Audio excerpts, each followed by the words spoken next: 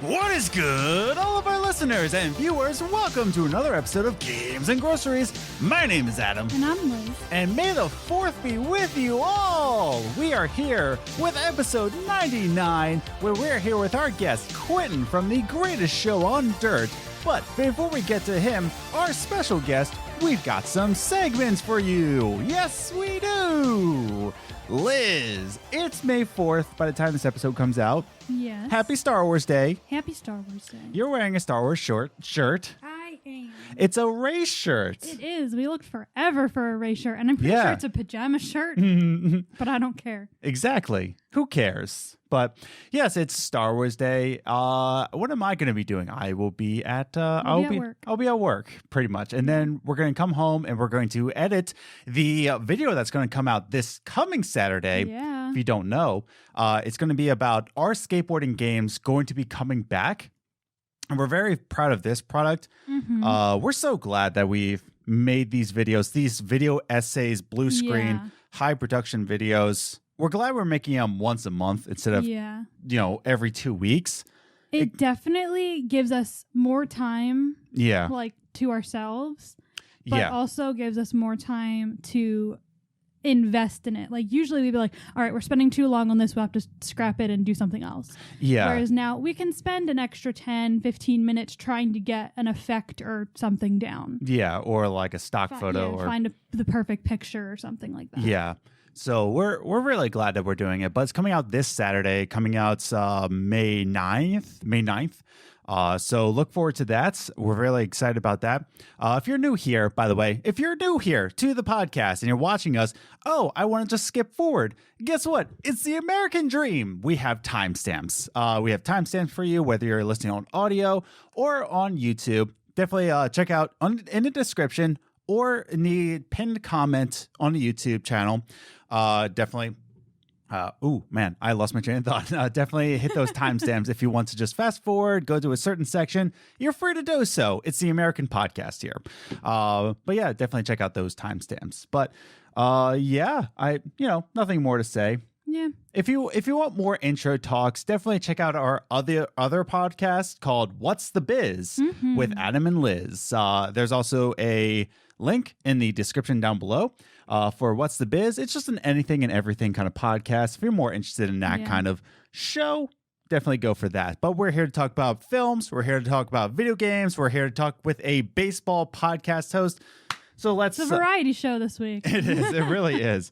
But before we go into our first segment, let's talk about our social media pages. We have a Twitter account. That's right, everybody. We're on Twitter at Gaming Groceries.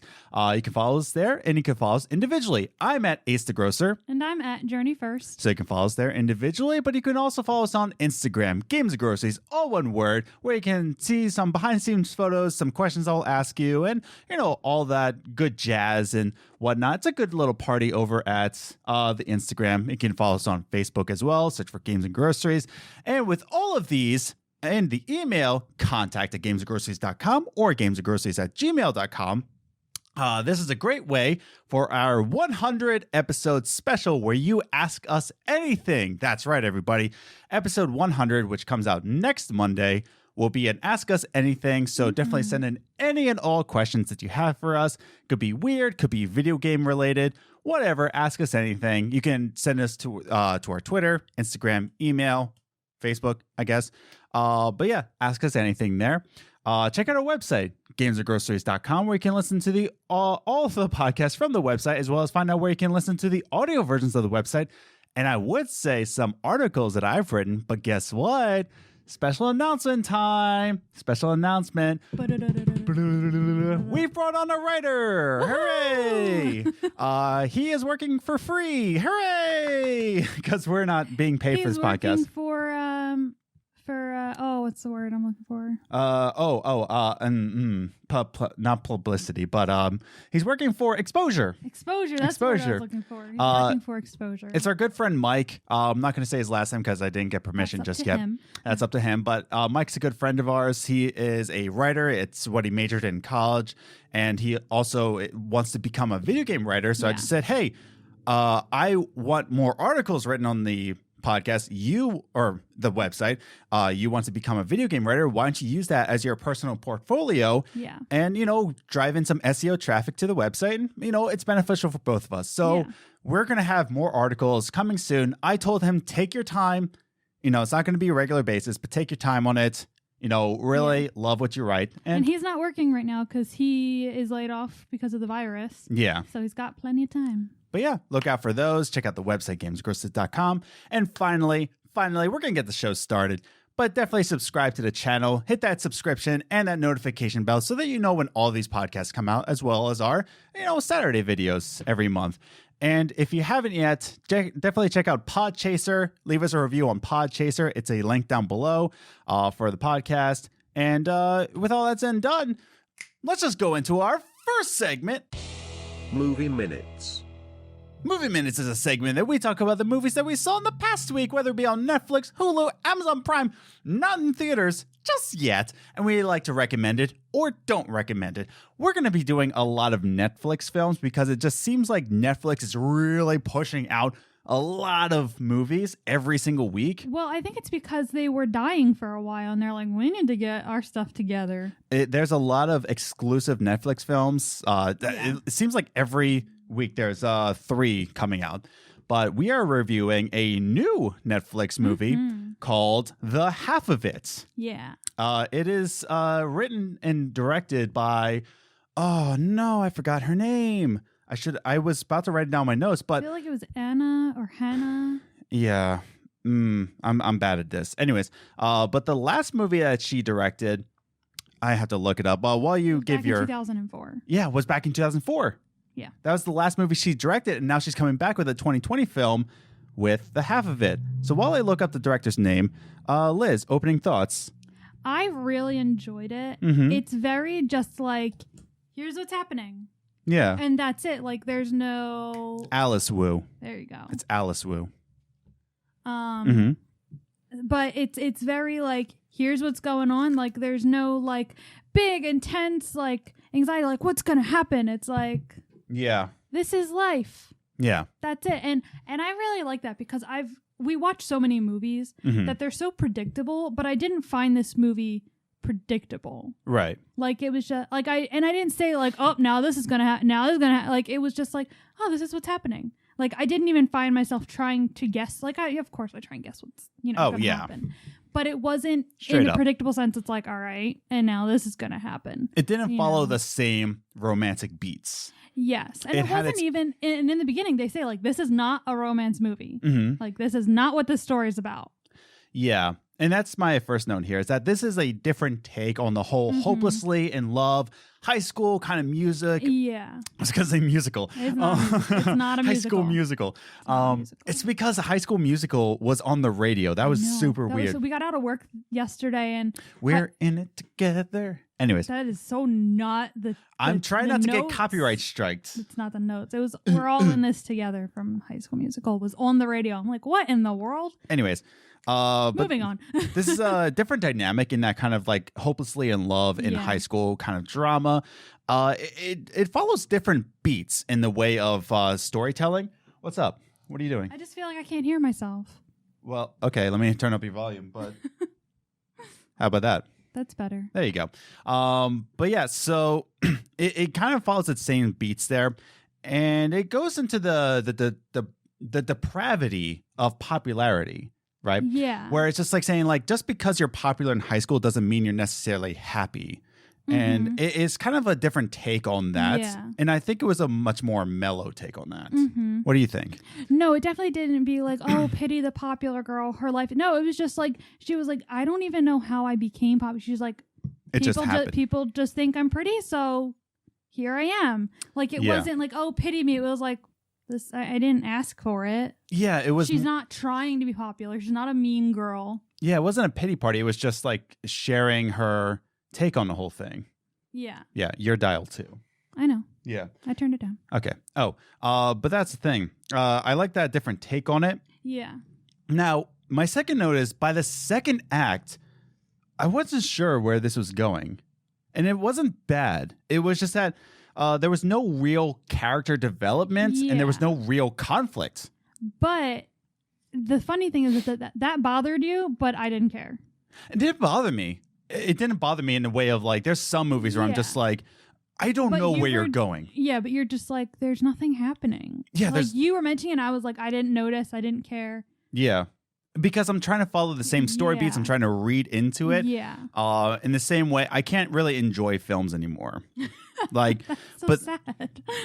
It is what it is. But that's the thing is that by the second act, you're just like, there's no real character development, and there's an intervention scene between Ellie, Yes.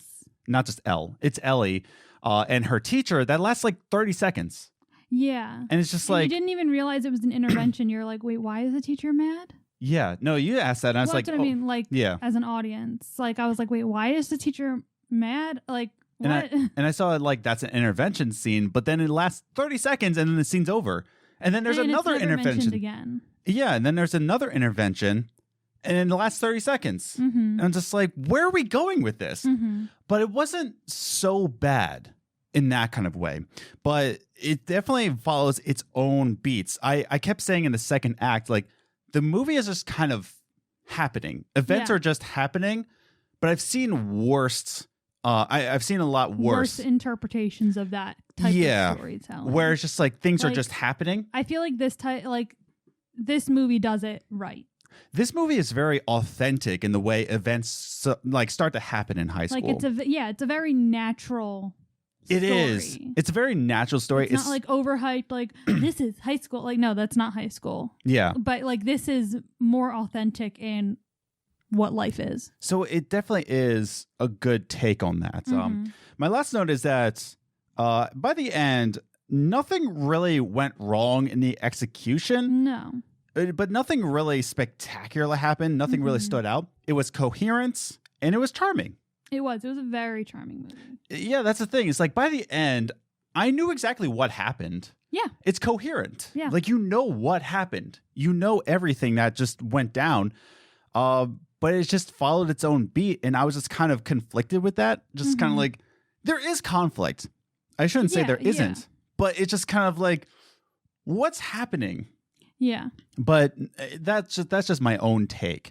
Which brings us to our final ratings of this. Out of 10 pineapples, if you're watching us on YouTube, out of 10 pineapples, what do you give this? I gave it a 9. You gave it 9 pineapples. Yeah. Why is that?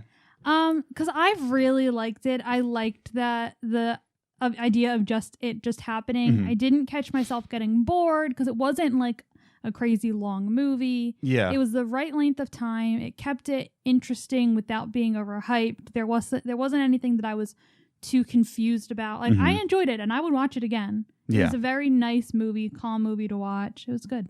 I liked it. I gave it, originally I gave it 6 pineapples. Yeah. I'll bump it up to 7 because sleeping on it, I'm giving it 7 pineapples. I'm not going to give it a 9. 7 pineapples for ya boy. But the reason why I gave it a 7 is it's a decent, coherent movie. You know exactly what's happening. And by the end, the reason why I gave it a 6 originally is that it's not below average. It's not even an average film. It's just above average. It's a good film. Yeah. But I'll give it a 7 because you know where the direction is heading. It's not predictable, but at the same time, you know where she's trying to direct this kind of storyline. Yeah. But because things are just happening, that's what bothered me the most. Yeah, I liked that. I know, yeah, but that's the thing. It's like that's why we have difference. Yeah, that's why we have 2 different takes. Yeah. If you like her types of movies, like the way she describes movies, you're gonna enjoy it. If you more my sense, where you're more analytical of movies, it's still enjoyable. Yeah. I'm not going to give it a 4, but I'm definitely not raising my stakes here. Yeah. So again, this is called The Half of It. It's on Netflix. It's directed by Alice Wu, whose last movie was in 2004. So great comeback by her. Yeah. But yeah, it's on Netflix. Check it out. The Half of It. But moving on to our next segment. Okay, let me give that a better one. But that was Movie Minutes, everybody. The Half of It on Netflix. So let's move on to our next segment. Top 3 Gaming News. The top 3 gaming news is the gaming news that we saw in the past week, and we like to rank it 3, 2, 1, just to give you a condensed version of what's going on in the gaming industry. Here we are, everybody, the top 3 gaming news. Okay. Let's start with the number 3 gaming news. This actually came out 1 week from today, 1 week ago. Came out Monday or Tuesday. I think it came out Monday.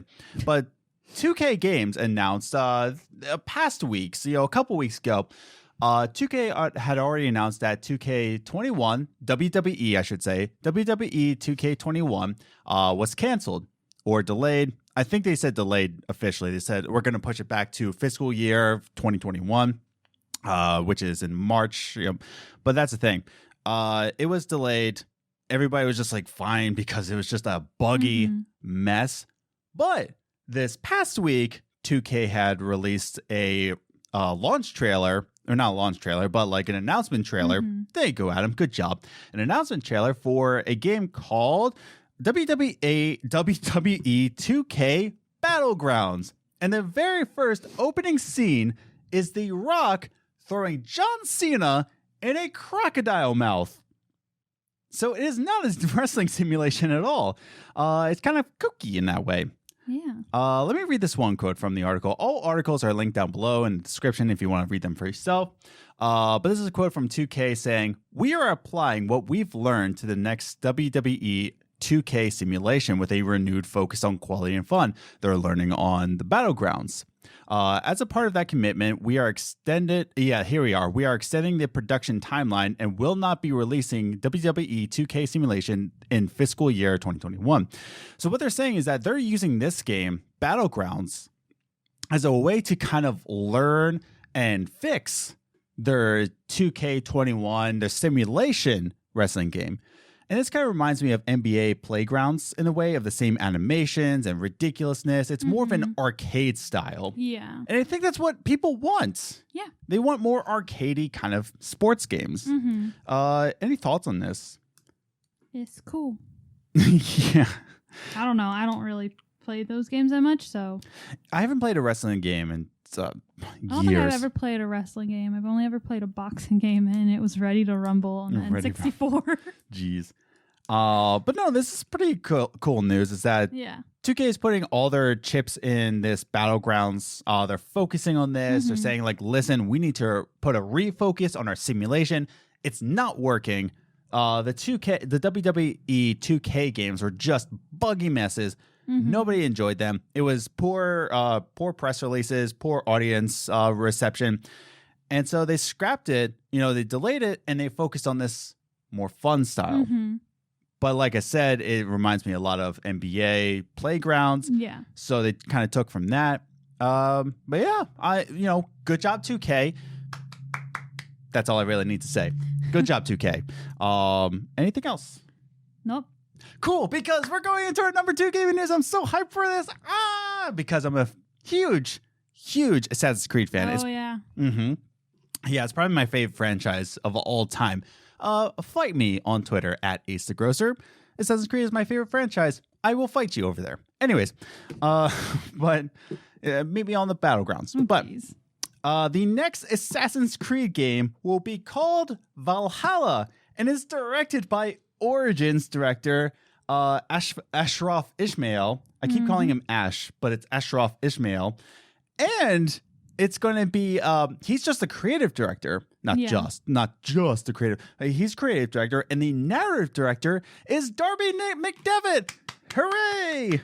Or I said his name wrong. McDevitt. Did I say his name right? It's early. Let me see it. McDevitt. Anyways. Yeah, it's McDevitt. Yeah, again, we're usually record these late at night. Now it's kind of early in the morning, so go us. Woohoo! Anyways, but Darby's coming back. And Darby was the narrative writer for Black Flag, for Revelations, for Embers. So he gets Assassin's Creed. And so what's special about this, in my opinion, okay, I'm getting too hyped about this. Maybe I should explain what Valhalla is. I'm getting super hyped about this because more details keep coming out about Valhalla. But Valhalla is a Viking setting Assassin's Creed that's same director as Origins, and that's something really special.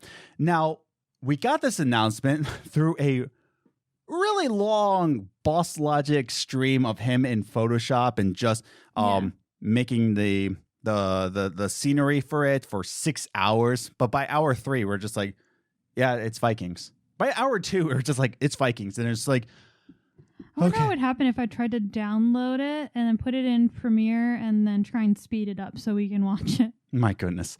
No, it was really cool looking, but it was a 6-hour stream. Yeah, that's what I mean. I don't want to watch it for 6 hours. Yeah. No, it was really special to watch. But anyway, so we got the announcement, and then we got a cinematic trailer of the game. I was a little taken back because I shared a lot of people's views in the way of that it didn't really focus on how is this an Assassin's Creed game? It looks more like a Viking game. Yeah. But that's exactly what we said for Assassin's Creed Black Flag. And look who's directing it. It was a narrative director behind Black Flag. It was the creative director behind Black Flag. And they're coming in together.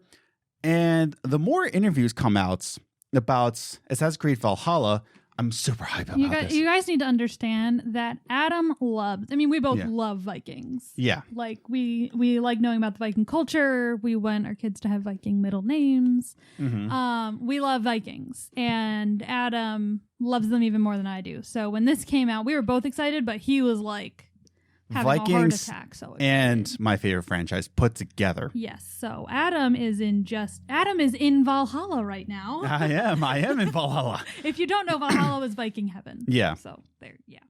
But this is really special because, okay. I need to collect myself here. Collect Adam. But yeah, we're going to get to our number one gaming news soon. This is Adam's number one gaming news. It is my number one gaming news. But anyways, so, okay, collect. Anyways. Deep breath. What's really amazing, though, is that, okay, if you liked Odyssey better than Origins, one thing, you're wrong. Moving on, you're wrong. But the other part is that there is also going to be male and female protagonists in Valhalla, and it's not going to be like, oh, Cassandra was the canon version of Assassin's Creed Odyssey, and Alexios was just another character. In this, Darby actually wrote out that both male and female protagonists are both canon, and he cannot wait for you to play it, right? And find out how both male and female are canon in this story. I'm so hyped because Shield Maiden. Well, like that's this thing. It's just like it's so cool that you have the option. It's not like, Cassandra was canon. You have to play as Cassandra. This is ultimately the most option of choice between male and female protagonists. It doesn't matter, just like Mass Effect was handled with Commander Shepard. It doesn't matter what you choose because they're both canon. Yeah. I love it. Anyways, so let me end this. Do you want me to read this? Okay, so it's pronounced Eivor. Eivor. Okay, so the article says Assassin's Creed Valhalla will star Eivor, a Viking raider and clan leader. Players can choose to play as a female or male Eivor and will be able to customize her or him with a selection of hair, tattoos, clothing, war paint, and gear. Ooh, that sounds fun. Yeah. Ubisoft says. Assassin's Creed's traditional open-world action-adventure gameplay will return, and Valhalla will build on that foundation with raids, settlement building, and expansion, and political influence mechanics. This is so exciting! That got me really hyped. We didn't tell anyone. I just started playing the first Assassin's Creed. You did. So, and it's driving Adam crazy because I get lost. Yeah. But I'm very excited because I've always wanted to play Assassin's Creed, but I've never had the time to like really put into it. But especially with this, I need to play all of them, and I have a lot to catch up on. No, it's so cool. I cannot wait for this game to come out. The more information they drop, the more I'm just like, this is my game. This is going to be my dream game. If you were to ask me, Adam, what's your perfect game? This. I really hope this game isn't like a glitchy, horrible mess. Like, that's the thing. Like, I really hope they put out a complete game and don't pull one of those stunts of putting out a half-finished game. I trust Ash. I trust Darby. I loved Black Flag. I loved Origins. I love Vikings. I'm sorry. This is going to be my game of ever. This is going to be my favorite game of ever. This is going to top out Skyrim for me. Wow. I'm saying it right now on the podcast. Because like there's just so much stuff here. And the Hidden Blade being on the top, because they also stated like, why is he wearing it on the top instead of the bottom? It's because Eivor gets the Hidden Blade and he's just like, what? This is such a really cool weapon. Why would I hide it from my enemies? I want them to see it. I'm like, oh! You want them to see it when he comes in for a punch. It's so good. Anyways, okay, Adam, stop it. We have to move on to the number one gaming news. Assassin's Creed Valhalla. I'm sorry, it's going to be a Valhalla podcast from now on. Anyways, moving on. Okay.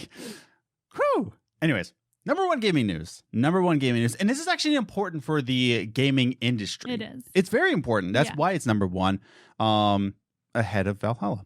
But with E3 closed down, E3 shut down, we need something to kind of like give a platform for game announcements, trailers, demos, filling in that void. Well, Geoff Keighley with partner I Am 8-Bits. What's up? I was just looking for the dog. Okay. With I Am 8-Bits are now creating what's called Summer Game Fest. And it's really cool because it's running from May to August. Mm-hmm. And let me just read this quote right here. It's so awesome. Geoff Keighley of Geoff Keighley's The Game Awards fame. I love how it's like Geoff Keighley of Geoff Keighley. Most famous for being Geoff Keighley, has unveiled the Summer Game Fest, a 4-month-long all-digital consumer celebration of video games featuring breaking news, in-game events, and free playable content from the likes of CD Projekt Red, Sony, Microsoft, Riot Games, Digital Extremes, and Valve. Wow. This is awesome. This is really good. This is good for the gaming industry, honestly. It is. It's really cool. The other people that are involved at present are 2K, Activision, Bandai Namco, Bethesda, Blizzard, Bungie, CD Projekt Red, Digital Extremes, EA, Microsoft, Sony, Square Enix, Enix, whatever, Private Division, Riot Games, Steam, Warner Brothers are going to show off their Superman game, or other Batman game, or probably their Harry Potter game. Ooh. But this is really awesome because, one, I love how I Am 8-Bit is involved, and they just left E3. Mm-hmm. We reported on that when I Am 8-Bit said, like, listen, not really our thing. Geoff Keighley dropped out of E3 saying, like, I don't really like the direction it's going. And guess what both Geoff Keighley and I Am 8-Bit did? They came together, and they designed a 4-month-long event. That's awesome. It is. And he says that it's not one singular event. It's just going to be throughout the summer. You're going to see it's giving the developers and everything a platform. Yeah. It's super cool. I love it. But yeah, Geoff Keighley really wants the greater good for the gaming industry. Mm-hmm. And I love how this is an all digital event. Mm-hmm. And he knows where the game industry is going. He knows where consumers are going. He knows that events like E3 are kind of dying out and it needs to reimagine itself in terms of consumers, not business deals, but for consumers, it needs to reinvent the wheel, essentially. Mm-hmm. And that's what Geoff Keighley is doing. It's crazy. But what other thoughts do you have? No, I think it's a great idea because we were even saying that E3 is getting a little tired. Mm-hmm. Like it's not working and everyone is dropping out even before the whole virus thing. So I'm excited to see how it is and how he does it, like how he makes it exciting for 4 months. Yeah. Because it's a cool idea, but how are you going to keep it interesting and exciting and keep people coming back to look for 4 months? Yeah. So I think, and more information because it's 4 months instead of a week. I think Geoff Keighley can definitely pull it off. Mm-hmm. I have a lot of faith in Geoff Keighley. I have a lot of faith in I Am 8-Bit. They do good stuff. But yeah, I'm super excited for this summer. Like it's going to be a silver lining in this whole coronavirus kind of outbreak where people are just kind of searching for something good in their lives. Yeah.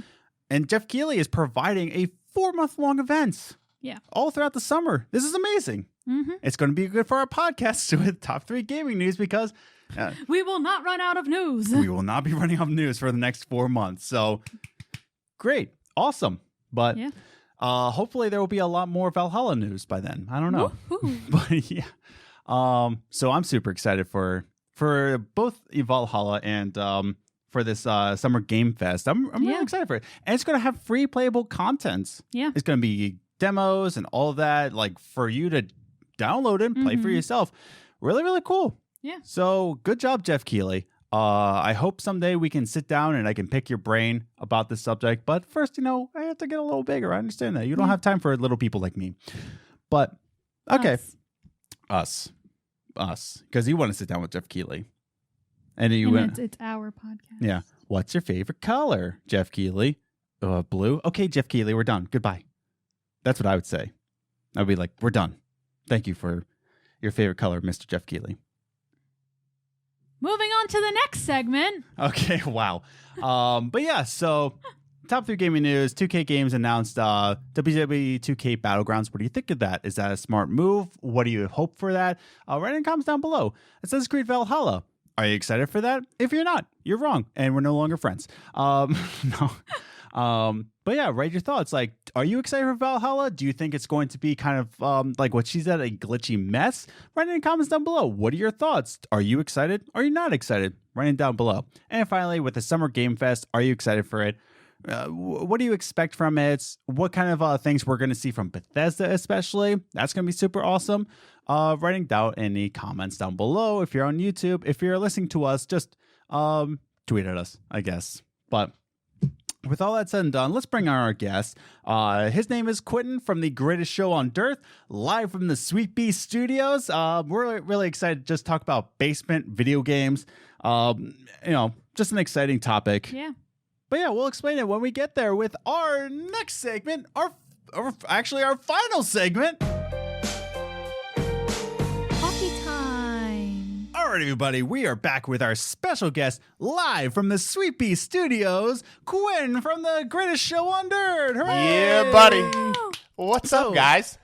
Quentin, why don't you introduce to us? Who are you? Why did you rob me? Tell us all about you. Yeah, I've got a few aliases, but we'll leave those to the side now. You know what I mean? Any of my bad credit gets transferred to the account of Creed Bratton, just like on The Office. But listen, dude. So first of all, dude, thanks so much for having me on the show. I've been so excited about this. I feel like I have the same feeling that I had on Christmas Eve, where I'm like, dude, we're gonna unpack so much rad video game stuff. I'm in it. Right. But listen, I have so me and you met sort of just on Twitter, right? I've got a baseball podcast called The Greatest Show on Dirt, where pretty much I just get on and talk about cool baseball stuff. I try to be funny. My wife tells me I'm not, and she's way funnier than me, but that's what I do. And a lot of my talk sometimes will venture over into a little bit of a video game talk. Like yesterday, dude, I was live tweeting. I was playing World Series Baseball 98 for Sega. It's such a good game, man. But yeah, dude, that's what I do, man. I have a podcast. I work in marketing to pay the bills, and hey, that's the gist of it, man. Just had a baby, so that's exciting. Yeah. How old is she now? You said, dude, 3 months. Yeah, 3 months. I was gonna say 2 months. Wow, it goes by Time fast. flies. Yeah, dude. Right. Yeah. And she's already picking up baseball really well. I heard you saying. You want her in the major leagues. You don't want her in softball. 100%. If that's what she wants. Listen, if she's breaking barriers at this point. I think she's already going to be a lefty, which is huge because every team needs a lefty that can throw 95. And if I was going to tie her right hand behind her back, right? Her mom was like, "You can't do that. We think DCFS might get called if you tie your right arm behind your daughter's back." But she punches things with her left hand. Listen.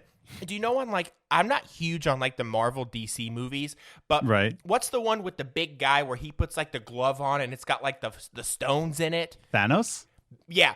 So yesterday she's in her little playpen, and I kid you not, she balls up her left fist and is staring at it. And I'm like, oh my gosh, this isn't going to be good. And she stared at it for 20 minutes. She's just yes, bunching up her fist so tight. And I was like, listen, she's either filling up her diaper or she's plotting to take over the world. I don't know which one it is right now.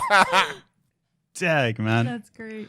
Yeah. So other than that, we're currently in a pandemic right now, and you're a family man, you're still working, and you're at a different location than some of our guests are. You're down in you're down in Charlotte, North Carolina, as we talked about in the podcast. Yeah, exactly. Yeah. Yeah, Charlotte, North Carolina. But how are things over there, man? Like, how are you handling it? Are things going pretty dire down there? What's it like over there? Listen, things are a little dire because we'll go to the grocery store and buy a month's worth of food, but I'll eat it in a week. And that ends up being a problem. But really, it's sort of just like the same thing everywhere else, right? Like, I'm lucky enough where I can work from home. My wife is still on maternity leave. But what's lined up so good with it is, like, I only got 3 weeks off of work with the baby. But now that I get to work from home, like, I get to see her and my wife so much more than what I would have otherwise. So part of me's like, thank God for a plague, because now I get to hang out with my daughter at home. Oh, true. Yeah. But really, like, like stir crazy stuff, but we're making the most of it for sure. Like regarding the podcast, I'm able to like watch a lot of like old games, find a lot of like cool old clips and stuff like that. Play a ton of old like Sega and Nintendo video games, which has been huge. Right. But otherwise, like, I think during a plague, like, especially when you have a family, significant other, or whatever it is, it's just sort of like being intentional about putting the time in to have fun, whether it's like scheduling a movie night at the house. Like 2 nights ago, like, I took my wife to the upstairs loft, which is a movie viewing area within the house. I picked her up, walked her upstairs. Yeah, it was a good time, man. But otherwise, just eating a ton of food, snacking like crazy. Maybe I've put on 15 pounds. Maybe I'll never go to the doctor because I don't want to hear the truth, but that's it. Sick. Yeah, I love your one episode. Oops, I lowered my chair. I remember your one episode, you had a grocery list where it was, you had the Flintstones vitamins, which was a smart move. You need the vodka because you got to really flush it down. And you also said ice cream sandwiches, which is also, a really excellent choice. In ice cream sandwiches. Yeah. Yes. But you're covered with the Flintstones vitamins. So you eat those ice cream sandwiches and you're still a healthy boy because you got the Flintstones, 100%. Well, even ice cream sandwiches, like ice cream, that's vitamin D, right? And that's strong bones and muscle. So you got to figure if I eat a whole box of ice cream sandwiches in 2 days, I'm 36 now. Osteoporosis is a huge concern. So, hey, I'm not saying, I'm like Dr. Quinn medicine woman over here, but I got some ideas, Yeah. Dag. I know Liz is agreeing with you. Yeah. Yes. More reason to eat ice cream. Listen, ice cream sandwiches are like the unsung hero of the ice cream community. Folks are like Ben and Jerry's, this and that. And I'm like, dude, get you a store brand ice cream sandwich and everything's good. Dude, you're right on. Yeah. I love it. Yeah. So we're here on a video game podcast, and we're talking about basement video games, basement gaming, as I like to put it, the good old days for that. So we like to start our conversations with kind of defining the topic. What do we mean by basement gaming? How old were we? What year was it? Quentin, let's start with you. When you think of basement gaming, how old were you and what year? What do you think about? Now, listen, so I only actually had one buddy with a basement that we would go play video games in. And I'm from Southern Illinois, right? So folks that lived in Southern Illinois, it was pretty rural. So you either lived in town or lived out in the country, right? And I had a buddy, Kyle, who lived out in the country. And on summer breaks, right, he would come into town to like his grandma's house and she had a basement, right?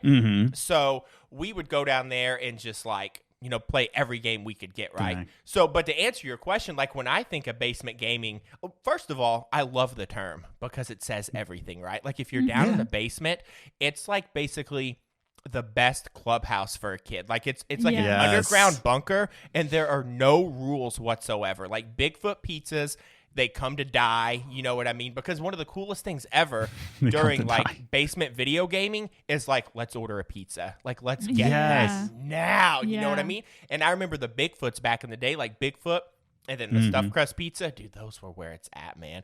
But I think it's all about like, as a kid, you have your own space and you have all of your friends in one space, because when you're that young, you don't have a car, so you just can't like meet your friends at the mall and like all hang out. So somehow like the stars have to align and everyone's parents have to bring their kid to one central location, and when that happens, it's the best feeling in the world. You can do whatever you want, dude, right?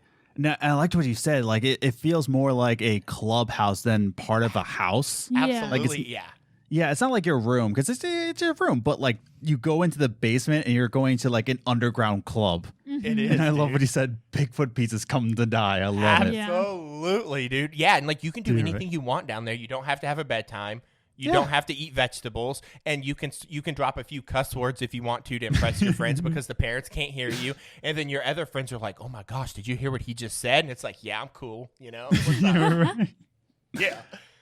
Yeah, Liz, you also did a lot of basement gaming back in your day. What do you think about it? So I had a nicely finished basement because it was meant for someone to live in it originally. Mm-hmm. So it was very well finished, and it became our playroom. So we had our video games. At one point, we had a big screen TV in there. Ooh. It was amazing. But that was like our playroom. It's where we did everything. It's where we hung out with friends. It's where we lived, basically. Mm-hmm. But yeah, that's what I think of when I hear basement video game. I think of like sitting in my basement playing like the N64 and the GameCube with my sisters or my friends. And I also think of Cheetos dipped in ranch dressing. Cheetos dipped in... Wait, what? Okay, so it's a sleepover story. Yeah. So when we had our sleepovers, we slept in the basement. Like okay. A sleepover party.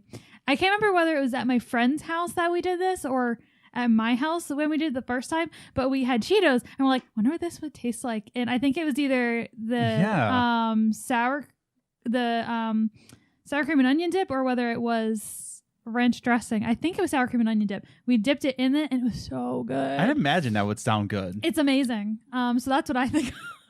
Listen, I'm smiling so big right now because I am a ranch. If for me to tell you that I'm a ranch fan is the biggest understatement in the whole entire world. Like I wish they made 12-ounce cans of ranch that I could just drink because I would absolutely do it. That sounds great. But I think it was sour cream and I think it was French onion dip or something like that. French onion dip was a good one too. Yeah. Mm-hmm. Yeah, it was one of those, but it was so good. But also, you had a finished basement, which is awesome. So you didn't have like the musty smell of an old basement. Yeah. Like there may or may not be asbestos down here. Can I get a settlement? You know what I mean? So that's awesome. But it was still like an area where it was like all just for kids. Because like, I don't know if you remember, but we had a signal. So it was right below our living room. And my mom really didn't want to come down there to get us. I remember. So typically she would take her foot and she would stomp on the living room floor 3 times to get us to come upstairs. Mm-hmm. Or if she was in the kitchen, she'd flicker the lights. But other than that, like my mom really only came down there to do laundry. Yeah. No, that was like a signal. See, my basement wasn't that special. Like, I grew up in a row home in Philly. And your basement was kind of, you had a little square, but it wasn't like complete. It wasn't really meant to live in. It was grungy. Like, I had an old lounge chair with a tiny CRT TV. There was like a couple dead mice in the background. You had the bunker basement. I had the bunker basement. Like, that's amazing. Right? And me and my best friend, at the time, we used to go down there and just like have like really good times. Like, the best times were with the original Xbox, like especially. Well, we also had the NES down there. We would play Excitebike with that or the original Mario Brothers. But no, mine was like the dirtiest, grungy. Yeah. We found okay, I won't get into too much details because it's gross. But like one dead mouse in particular, we kept like an eye on him and see how much he disintegrated. Ew, you got gross. Just that's hilarious. Dude, like when I say basement gaming, I mean like it was like Fight Club. And we didn't talk about it. Once we exit the basement, nothing that went down there goes back up. This is why I never went in your basement until your mom moved out. Yeah. Listen, I'm going to tell you something right now. Some of my best video gaming actually happened in the back of an El Camino. Really? Listen to this, right? So my buddy Josh, he was my best friend growing up, and he lived a block over from me. So like every Christmas morning, like I could look out my window and see him, right? There was like a direct line. And on the weekends, so he lived with his grandparents, and his grandparents had this big 3-car garage, and his grandpa was a big car guy, and they had 2 El Caminos. So on the weekends, me, my buddy Josh, and my buddy Chris, we would stay the night in the garage, and his grandma would hook up a TV out there, and I think it was for PlayStation, the original Grand Theft Auto, where it had the above view, like Ghostbusters for Nintendo, right? Like it was all from above, and I think it was for PlayStation 1. Yeah. And so they would hook it up, and we would stay the night in the garage, and we would play Grand Theft Auto all night in the back of the El Camino, right, as like our bed. And the 3 of us would sleep in the back of the El Camino. So we would stay up till like 2 a.m. and play Grand Theft Auto, and then we would sneak out and go vandalize the neighborhood because we were super hopped up on like Mountain Dew. Geez. It was the best ever. That's my dream car right there. The El Camino's legit. It's like a mullet, basically. You know, it's business because it's a car, but it also has the bed in the back. I just love it. It's a beautiful car. By the way, if I could point out our guest, Quentin, he is a champion for mustaches. He's a champion for mullets. And most importantly, he is a champion for fanny packs. 100%. Yeah, he's going to bring back fanny packs like into existence. You know, Supreme, no, get that. He wants like the original fanny packs to come back. The correct way of wearing it? The correct way, not over your shoulder. Like it's not a fanny pack if it's on your shoulder. Yeah. No, not at all. That's a shoulder pack. A fanny pack is just right around the girth of the stomach. Yeah. And it's like, listen, I like to carry things in my pocket. So when I was a kid, my dad worked construction, right? And I would always wear his tool belt and get all of the knives out of the kitchen drawer, which, hey, I was born in 83, man. So, like, you know, there were no car seats back in my day. Like, my mom would let me sit on her lap and drive when I was, like, 4, right? Dude, right? And so, like, I've always, like, wanted to just, like, put everything I ever needed into my pocket. You know, maybe Cheetos and Ranch or whatever it is. And the fanny pack solves those problems where you can just carry everything you want. And it's there. Right? Yeah, like, I hate how they got out of existence. Those fanny packs are just so useful. They got out of existence because they're not aesthetically pleasing. Well, neither am I, but like I still walk around. But dang. Bro, that's awesome. But that's odd. Like we're talking about our basement video gaming days and how just like it just creates memories. It's not the way I think about basement gaming is not necessarily what games you play down there. It's like the environment around you. But like what you even said, it doesn't even have to be a basement. It could be in the back of an El Camino, like we just said. Like, and I think it's in the same kind of light where it's just in somebody kooky and crazy that's not in your living room, and it feels like more like a club. Yeah. Does that make sense? Yeah. I have a question. I don't know if either of you know the answer to it. Why does the N64 have a reset button on it? I don't know. Because okay, so this is one of my basement gaming stories. We would be playing it. My little cousin, he's 5 years younger than me. Yeah. So when I was like 10, he was 5 years old.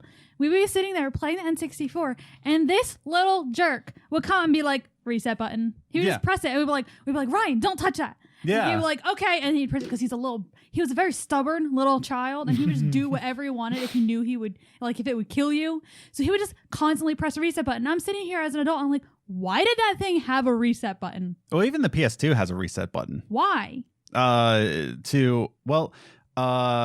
kind of like a simulation that you just want to reset life sometimes, and you can just, press it and just pretend. Like, just turn it off and turn it back on. Yeah. Like, we don't need a reset button. I don't know. Like, write in the comments down below. If you're watching this on YouTube and write in the comments down below. I think the GameCube had one too. Yes, the GameCube. And he would press that. Yeah. He was a jerk. He was just a devil child.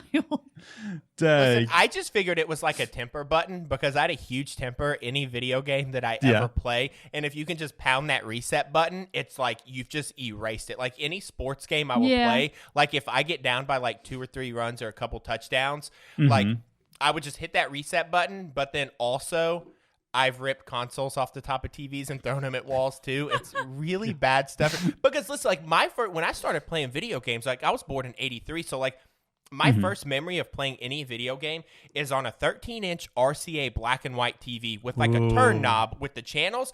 And in those days, like you would just put the video game console on top of the TV, right? And Adam, what you were just talking about with like it doesn't have to be in a basement. Like one of my most memorable times playing a video game is like opening that gold Zelda cartridge and playing it on that black and white TV. And like I had an older brother, right? So he's the one that really got the Nintendo, and he would teach me how to play it.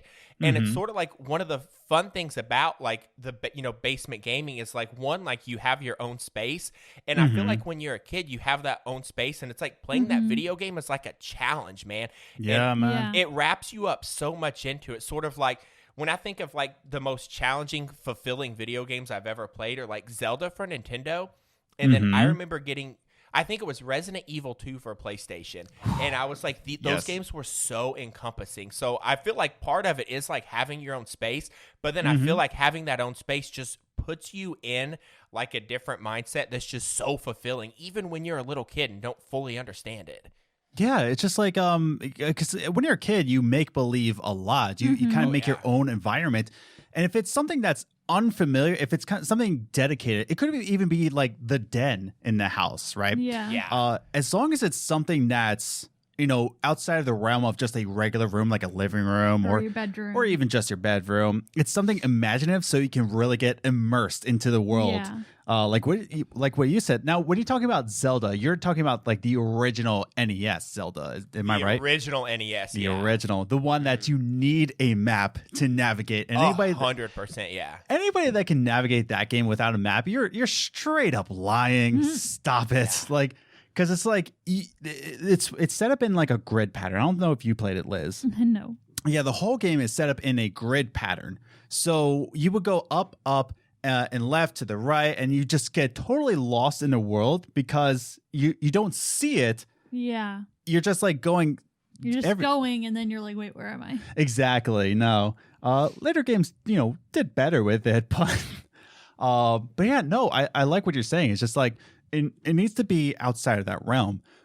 And since we're talking about games that we played in our basement days, are there any specific games or even just game consoles? We kind of talked about game consoles, but any other specific games that we played during basement gaming days? Ready to Rumble. Ready to Rumble. You were talking about that in this podcast. I loved Ready to Rumble. Mm-hmm. It was like my favorite game to play, and I wasn't bad at it. Yeah. Until you came along. What? But I was able to beat everyone else. Yeah, I came along, gamer boyfriend, and then like when I beat you in it, you told your dad like because I was like that was like the game that I was really good at in the house. Like I was good at Ready to Rumble. I beat almost everyone, and you beat me. I was really mad about it. You were Goliath. I was David. But yeah, I played Ready to Rumble, and I had Miss Pac-Man. And we had Glover. We did have Glover. I really don't remember the premise of that game. I just ran around. Yeah, as a glove. Yeah, pretty much. And then with the GameCube, my sisters loved Super Monkey Ball. Yes. I hated that game. Oh. It might be just because my sisters loved it, and I was horrible at it, and I hate it. So I feel like that's why I hated it. But my sisters loved that. I had Sims for the GameCube. I have Sims on almost any console I can have. Sims was awesome. That was great. Dude, are you a Sims player, Quentin? I never did, but my little sister did. So we had it. She had it for like PC back in the day, and this was like when we were still running dial-up internet. And like you pick up the phone line and you've ruined someone's next 6 hours because it's going to take just that long to get on. But my sister was really into it, so I'd watch her play it sometimes. Yeah. Dude, right? My family, mostly me and my mom. My family was really obsessed with Sims. I still am. I still play it on the PlayStation. But yeah. What else did I have on GameCube that I really liked? We had Double Dash. Double Dash, Mario, like any kind of Mario Kart in the basement. Yes. Oh man, like I still remember as a kid, like this is part of like basement gaming. Like we were in the den over at a sleepover, and I still remember to this day Mario Kart on the Nintendo 64 when it was 3D graphics. I remember looking at that, and as a kid, I was like, "Man, can graphics get any better than this?" Yeah, man, and. Boy, was I wrong.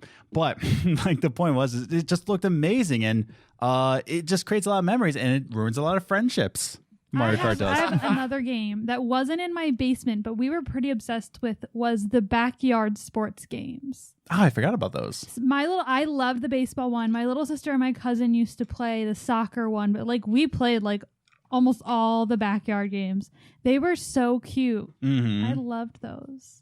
Yeah, that wasn't my basement. Our computer was in the dining room. So. Quentin, what about you? What other games like come to mind when it comes to basement gaming? Listen, the biggest, I think, most important basement game that ever happened to me was Tony Hawk Pro Skater. Yes. Listen, that game came out shortly after Tony Hawk in real life pulled off the first 900 ever on a half pipe at the X Games, right? That was wild. I loved it. I remember it happening the X Games like completely changed, and all of a sudden he's just on this ramp, just time after time, busting his butt trying to hit this 900. Yeah, man. And like I have the vision of it in my head when he hit it. So like how it looked, like he sort of leaned back a little bit, but then he held it. And then as a kid, you're at home with your skateboard in your hand, like, whoa. And I can do this. Dude, so when Tony Hawk came out, Tony Hawk Pro Skater, bro, it was all about getting on that half pipe and nailing as many 900s and 1080s as you could. And it was so fun because I was probably like, I want to say like 14 years old. And it was in my buddy Kyle's basement, right? So he would come into town and we would play Tony Hawk just for hours on end.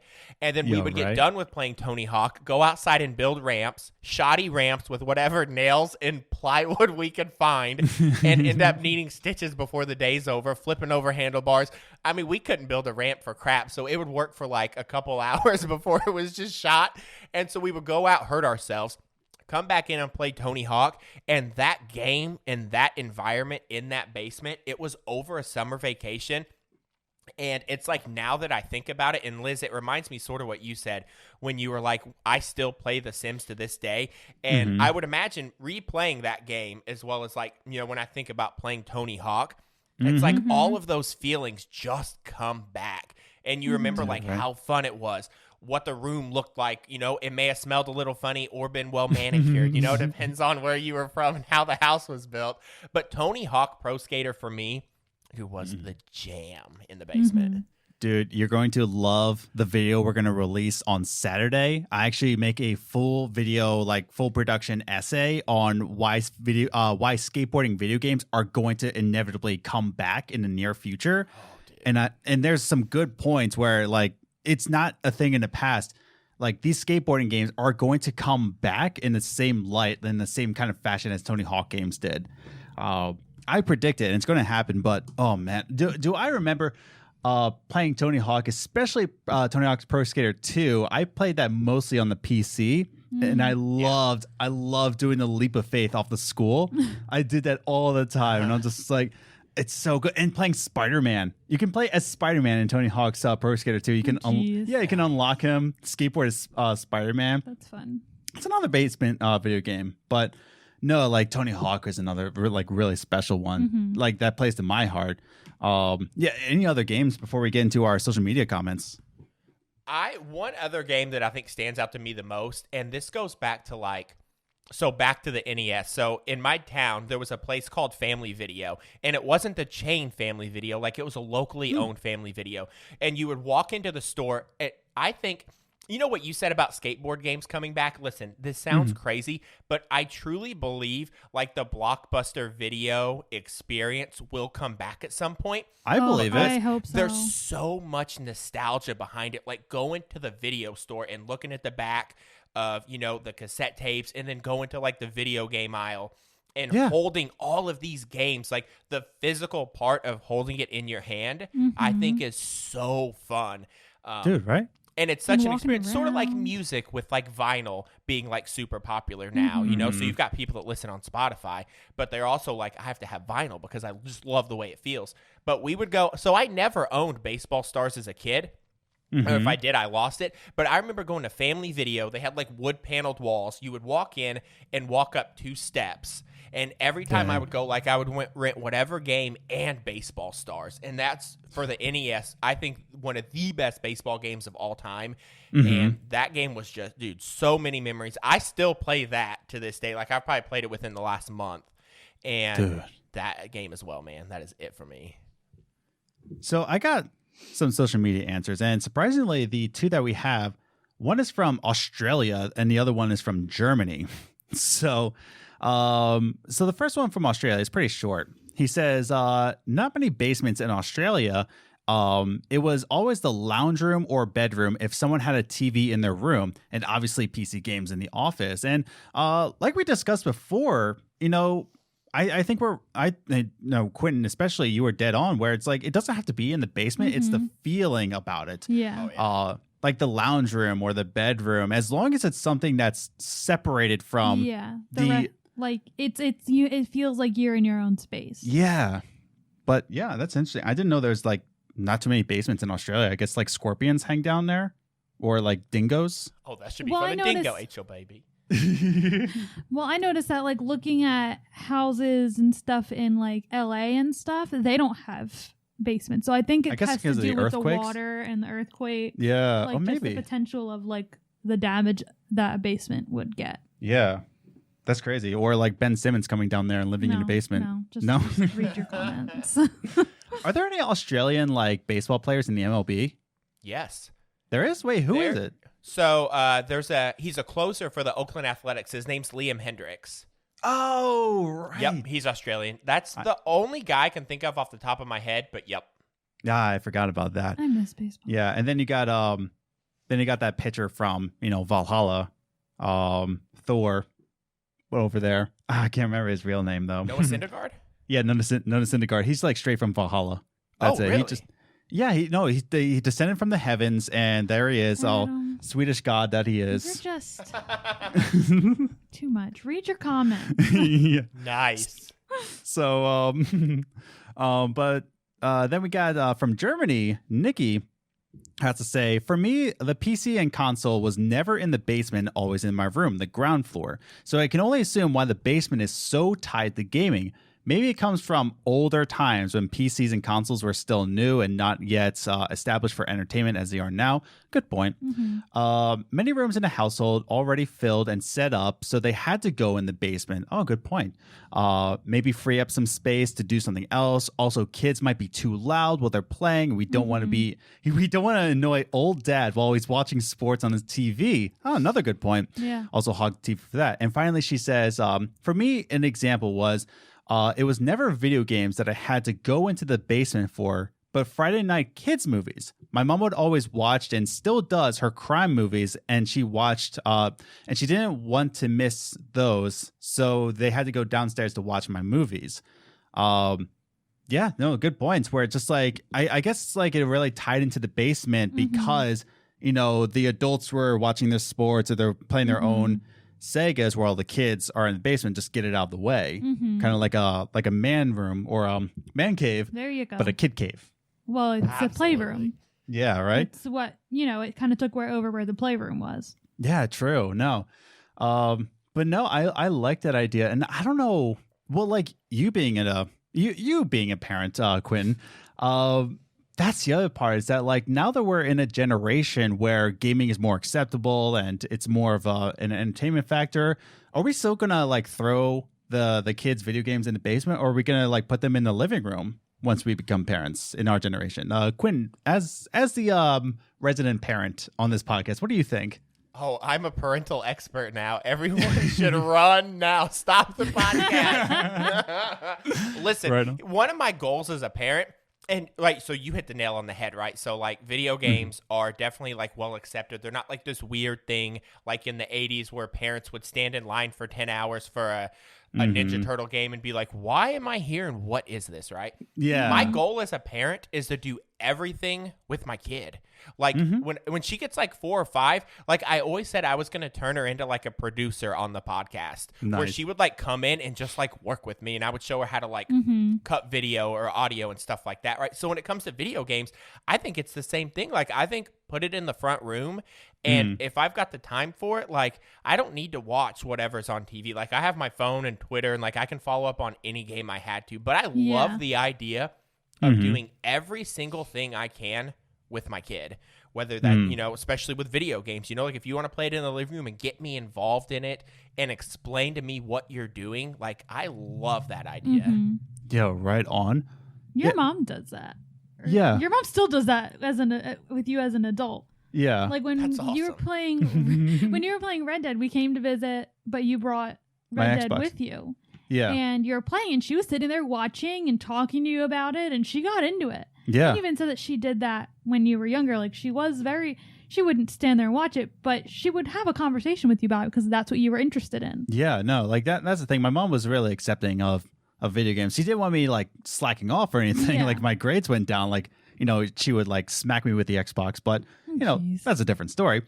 But yeah, no, I like what you said, that you want to be with your child. You want to experience it. I love that. Where it wasn't like back in the 80s, where it's just kind of like this weird thing that you just like get it out of my way, go in your own basement, be like a little troll monster down there, but is what it is. But I think playing video games, like it builds relationships. So like Liz, when you talk about like playing The Sims or whatever all of us having this conversation about games we used to play, I think like half of that is just thinking about like the friends that we were with, right? So when it comes about like raising kids now or even playing video games as an adult, because I think like as an adult, it's harder to make friends because we all like work full time and our priorities are different, right? So like I'm so pumped that video games are way more accepted and you've got like adults and grown-ups playing video games, because even as you get older and you like you transfer from like being a kid and having all these great basement days to being an adult, like it's a way that like adults can still do this and like make friends. Like the three of us are talking right now and I didn't know you guys a year ago, you know what I mean? Right. So I think like that's huge, and I think that's probably why a lot of like basement video gaming, whether it's in a basement or not, is so important to us, because we just think about the times we had with other people. Right on. I mean, like, since you brought it up, not like knowing each other, like not even a year ago, like I still remember when I discovered you on Twitter. No, yes. When I found you on Twitter, I was looking at baseball podcasts because I just wanted to, like, I was in the baseball mood. I still am now that baseball is gone. Might come back soon. Might come back. I want to go to a game. Yeah. But that's the thing, is that like I remember looking at baseball podcasts. Like you got the serious guys talking about baseball. Quentin, you're just a child at heart, but not in a creepy way. But thanks, man. Yeah. But like I remember just listening to like the greatest show on dirt, and you can just tell that you just want to have fun with life. You want to experience life, but you want to have fun with it. I think what really hooked me into your podcast was when like you opened up a baseball podcast by really putting a call to arms for all men to go get manicures. And like, yes, it's the best thing ever. Dude, he went on for like 10 minutes. I remember you telling me about that. I was like, you got to listen to this, because he's like, listen, guys, I know it's not manly, but you get mojitos, you get, you get like these old drinks, and you just feel relaxed. I mean, I want to go whatever place you went to. Dude, my nail salon, like, is barely sanitary. Because my wife's like, hey, do you want to go get a mani and pedi with me? And I'm like, what? Like, no. And she's like, just go. And I was like, okay, like, let's go, whatever, right? So we go on the weekend. I go, right? They like, my shoes and socks are off. They put my feet in this warm water, dude. And they're like, do you want a drink? It was like a mimosa. And I look at my wife. I'm like, is it included? And she's like, yeah. And I'm like, yes. So before I know it, like, I'm drinking, like, like some sort of fancy drink.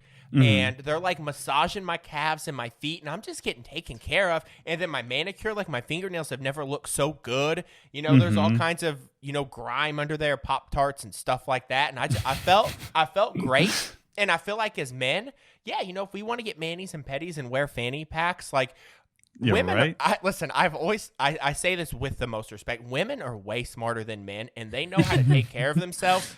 Especially, and I truly mean that. Like watching my wife go through everything she does, like I'm like, wow, you're so impressive, because she's just so strong.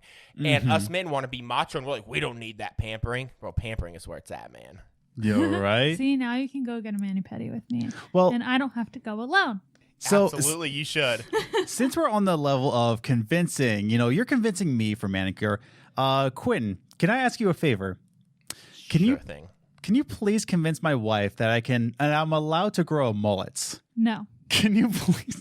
Why are mullets so awesome, Quentin? Well, listen, I think they're awesome because it's sort of like basement gaming. There are no rules with a mullet, right? And anything can happen with a mullet. So if you've never grown one, and that Wisconsin waterfall starts to drape past your shoulders, listen, anything could happen. It could be straight and look like a rat tail, which is also a great haircut. See, here's the thing. He's had a mullet. He's experienced it, so it doesn't matter. But that was in the 8th grade. I didn't know how to take care of myself. Oh, geez. I'm more mature now. Listen, do you want to know, to be honest with you, listen, I work in marketing, right? I think if you're branding your podcast, I think you always have to have a look. Steve Jobs had the turtleneck, right? Black turtleneck is what you think of Steve Jobs. A lot of professionals have a uniform because it's sort of like their shtick. And you honestly, Adam, if you grow a mullet, and Liz, you allow it, your podcast might take off. And you could be the Brad Pitt of the podcast world. You know what I mean? That might get a little weird, but so you have to, can't give into that stuff. But hey, you're too lazy to have a mullet. I am too lazy. That is like, you're not a lazy person, but when it comes to grooming your hair, you're like, you don't want to deal with it. So why would you grow a mullet? Just to spite you, basically. That's stupid. That's awesome. But yeah, kind of like wrapping up our conversation here. Like, Quentin, you were talking about it before the mullet talk, but the reason why I brought up that you are a child at heart, you take responsibility in life. You still have a full-time job. You still take care of your daughter, but you still want to have fun in life. And I think this whole basement gaming dynamic kind of, disintegrates as you get older because you feel like you have to. Mm-hmm. You feel like you have to be more serious and not play any games. And I feel like the older we get, I feel like the more we need that basement gaming mentality. And we need to share that with our loved ones, not like isolate them. Mm-hmm. But, it's just kind of like, redirecting where your basement gaming goes. Yeah. Quentin, what do you think about that? Listen, that is awesome. I'm pretty sure I wrote an essay maybe like 2 or 3 years ago about having like a kid's mentality, right? Mm-hmm. Because I think as adults, like, we go to high school, we go to college, we learn all these things and have all these rules in front of us. And we feel like that we can't create our own like basement gaming as adults, and we can't do this and we can't do that. But if you think about a kid, they're so spontaneous, spur of the moment, super creative, and have fun. But yeah, that happens. Like when you become adult, you're like, oh my gosh, now I have all these rules. Like I'm educated, so I've been influenced by like the outside world about all these things that I think I should be. And as society as a whole, like I'm not trying to get like too dark and deep on this, but like it's very powerful to like fall in line like when you get a job and graduate because everyone else is doing it, right? So what you said I love because I think it's super important to hold onto that thing because whether you like you guys are married, right? So when you talk about that and building a relationship around certain things, or me having a kid, or just making friends out there, being able to have fun and put yourself out there. And I think like being creative and creating things is one of the best things to do as an adult. We have all this social media in front of us. Everybody can record a podcast now, and it doesn't take, you don't have to know that much. You could watch a YouTube video and know how to record a podcast. And then when it comes to gaming and, creating friendships as you get older, I think it is super important to do what you just said. Make sure you're having fun, make sure you're doing those things and asking yourself, right? Like, hey, I'm an adult, but that doesn't mean I have to come home and like read emails at 7:00. And if, I want to play some video games or have a video gaming podcast or whatever, like that doesn't mean like I'm some sort of slacker, because at the end of the day, the most important things in life, I think, are relationships with other people. And that's all it really stems to. And if you can preserve that mentality of just having fun, being creative, being spontaneous, and just like a big goofball, then you can still be like a productive adult. But you don't have to fall in line with just all the boring stuff. Yeah. Yeah, that's the thing. Like listening to your podcast, you can definitely tell you're that kind of person where you have a goal in mind, but you also like want to have fun on the journey, Liz, what do you think about that mentality? No, I mean, we've talked about that on the podcast before, where it's like, as long as you're taking care of your responsibilities, paying your bills, buying groceries, taking care, like spending time with your family, I think it's fine if you want to play video games and have fun, play video games with your family. Yeah. Like, it's okay to have fun. Yeah. Just do what makes you happy. Like, if I want to spend all my extra money going to, Barnstormers baseball games. Sure. Who cares? Yeah. Everything else is paid. Yeah. No, sure thing. And that's the thing. It's just like making sure you take care of like the real responsibilities, before you bounce around like an orangutan. But that's the thing. It's just like, that's the thing. I think that basement video game mentality shouldn't be just left behind as a kid. Yeah. But it should be, involving other people. It shouldn't be just you isolating. But like what you said, Quentin, like it's so hard to make friends as an adult. Man, like what about like you own your own house? You own like your own rooms. Like why don't set something up so that you can host like Smash tournaments or something with like your buddies at work or something like that. Or even like you have your Sega set up with World Series Baseball, which year? 1994? 98. 98, yeah. But like even like stuff like that, man. Well, like not right now because we're quarantining. Don't do that. But is what it is. Yeah. But a lot of it too is like communicating with the person that you're with. So like my wife, like she's into baseball a lot. She doesn't really care to record the podcast with me a lot, but she will, and she does enjoy it. And she's not really into video games at all. So even like if anyone's listening to this podcast and they're like, oh, but like the person I'm with, maybe they're not like fully on board with that sort of thing. Like a lot of that is just communicating it to the person that you're with, right? And just being like, hey, like here's sort of what I want to do. And like I want to plan ahead for it. Like we had this podcast planned for maybe 2 weeks, right? And on me and my wife, you know, sort of planned it out together. Like, hey, do you think this is a good time? Let's line everything out. And so a lot of that, even if you're with a person, or like the people in your life aren't sort of accepting of it, like communication at the beginning, just being like, hey, this is what I want to do. Like I do enjoy like setting aside time for it. And then what you guys said about like, hey, as long as you're not, you know, forgetting about your responsibilities, you know, because you want to show respect to the people that are around you and not like ignore them and leave them behind. Like that's huge to like, you know, still, you know, have a life that you feel like you believe in, but at the same time, like not disrespecting or leaving others behind. Yeah, right on. I think that's a good way to end it. I don't know if I want to top that, but like you hit it right on the head right there. But that's the thing, man. It's just like enjoy your time with the people that you love the most and communicate with them. I love it. But so ending off things, Quentin, we want to roll out the red carpet like Sean Evans does on Hot Ones. So rolling out the red carpet, where can we follow you? Are you on Twitter, Instagram? How can we find your show? I'll leave it up to you. Yeah. Okay. So if anyone's listening to this podcast and they want to watch some goofy baseball content, so The Greatest Show on Dirt, that's the name of my podcast. You can find it on Spotify, Overcast, Stitcher, iTunes, and the Android Play Store is what they call it. I need to put the podcast in more places, but those are the 5 spots it's in now. You got to go Android, on Radio iTunes. Public, man. What's up? Radio Public. Yeah, you got to go there, man. It's a fantastic app. Yeah. I have a Twitter. The Twitter's at Greatest on Dirt. Instagram is Greatest Show on Dirt. And then Facebook is also Greatest on Dirt. And pretty much all day on social media channels, I'll just post like fun baseball clips. I've been hitting a lot of like fun 80s stuff now, which has been super cool because during quarantine, like I'm getting in all of my basement feels, right? Like video games and watching baseball. Right, that's where you can listen to it. I've got a Twitter, Facebook, and Instagram. And yeah, that's the gist of it.